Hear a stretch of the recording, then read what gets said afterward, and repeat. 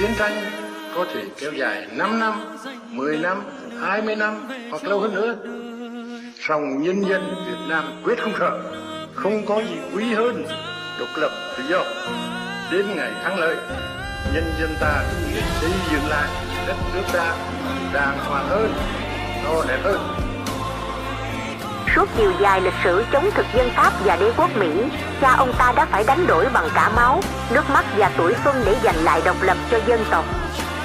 Giữa mưa bom bão đạn, có những người lính đã sống, chiến đấu và cả hy sinh dưới lòng đất sâu. Nơi ấy không chỉ là những đường hầm tối tăm mà còn là mái nhà, bệnh xá, kho lương thực và là chiến tuyến thầm lặng của biết bao con người.